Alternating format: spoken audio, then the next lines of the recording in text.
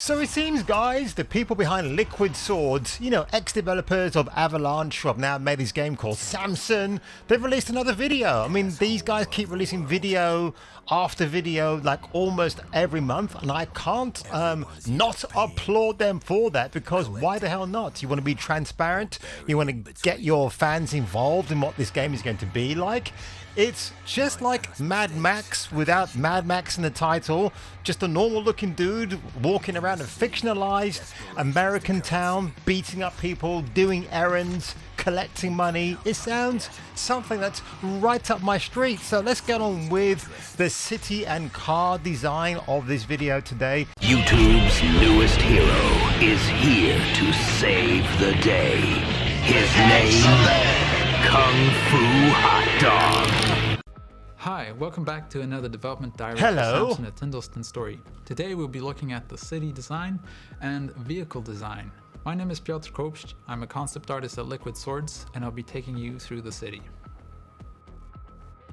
So one of the toughest challenges in designing the city as an artist was finding the balance between the gameplay and the visuals in the city, because we're at the same time trying to make a city that you subconsciously can understand as a consumer, that you've experienced on the day-to-day life, but at the same time we want to make an engaging game. Yeah.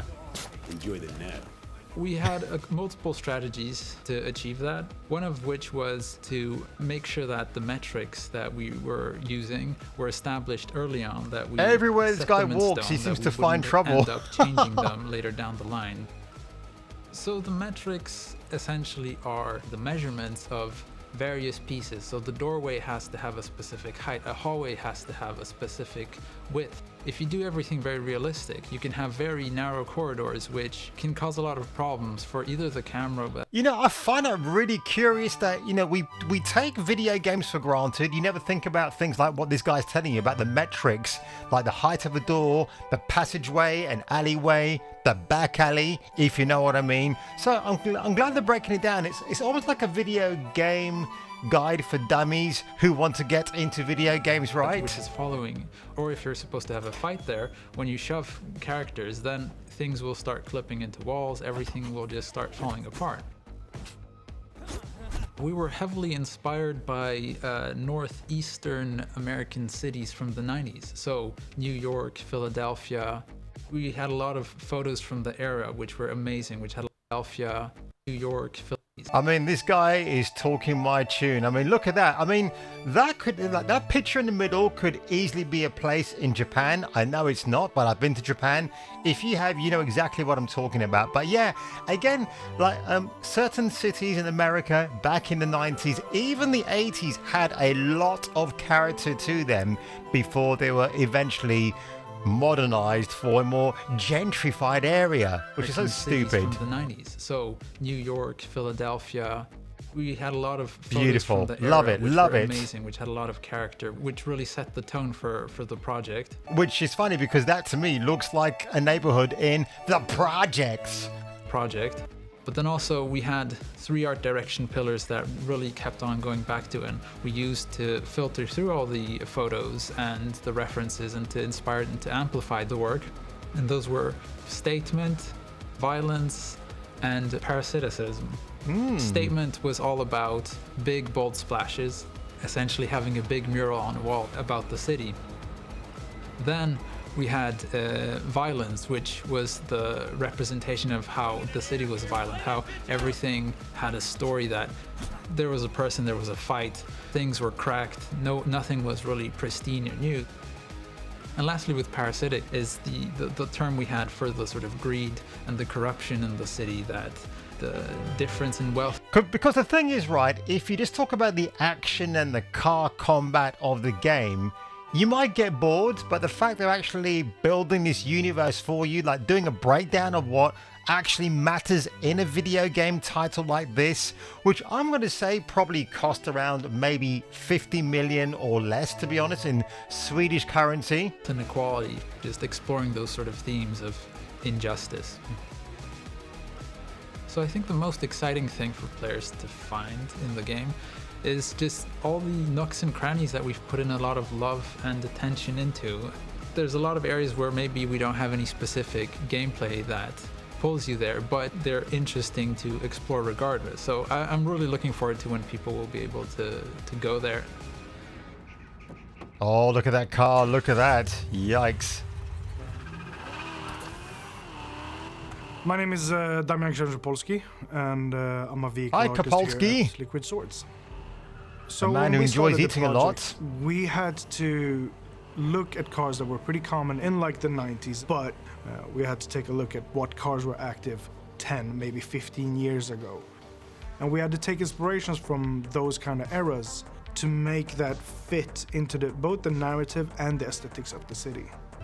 Yeah, so obviously you can't use licensed cars here because the manufacturers will get upset. So you just base a design loosely inspired by those actual cars back in the day, which is cool. We can take a lot of inspirations from existing cars, but the cars in their design is mostly ours now. And we had quite a lot of liberty when it came to that. Because if we were working on real brands, we wouldn't have any type of freedom. There's a lot of challenge that comes with the freedom. Because you need to stay true to what people have seen or can relate to when they look at these cars. They can't look at a car and go like, oh, that looks weird. But we want them to look at the cars and go like, oh, I kind of recognize that. Yeah. The one car that actually went through a very dramatic transformation was SAMSON's car. We had settled at first at a standard four-door sedan. It felt too everyday, your average Joe who just sat in his car driving to work. And that did not fit him as a person at all. And eventually we were like, I think it's time for us to do a proper car for SAMSON. There was no hassle working with that car.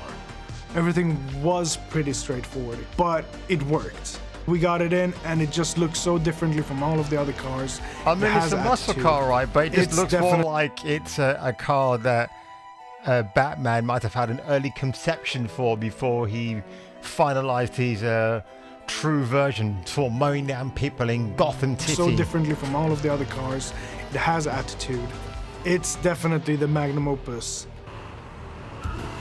I own these streets. All cars deform differently, The Magnum especially 44 throughout the cars. ages. All we knew was that we kind of wanted a little bit of mayhem, and we wanted these brutal takedowns. We wanted you to have the car as a tool. And that was a lot of work between me and our VFX guy, Oscar.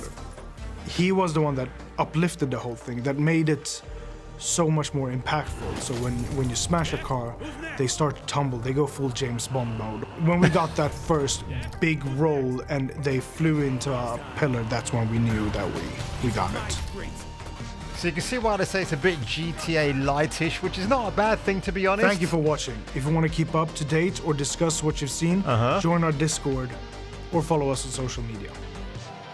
Yeah, the thing is, I would join Discord, but now Discord wants you to do age verification for a third-party, non-entity company based in the Philippines. No thanks. I'm probably coming off Discord very soon, and I think Discord already know that with millions of other users who don't want to age verify themselves, which makes no sense. So Tyndallston story, hence why you saw the TYPD or in logo on the side of the police car.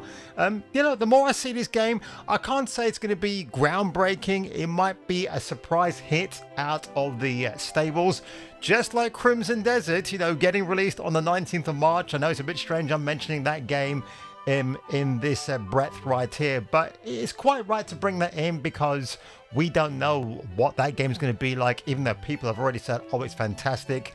I'll be curious to see if there's going to be hands-on reviews for this game, if a handful of people get to play it beforehand, or perhaps it just gets quietly released and then maybe word of mouth is what brings it along. But the fact that these devs at Liquid Swords have been releasing very regular content regarding the game, I think it's shaping up to be, it might be a very pleasant surprise. Maybe in the vein of Sifu, it's got that realistic, lean, mean machine touch that I absolutely love.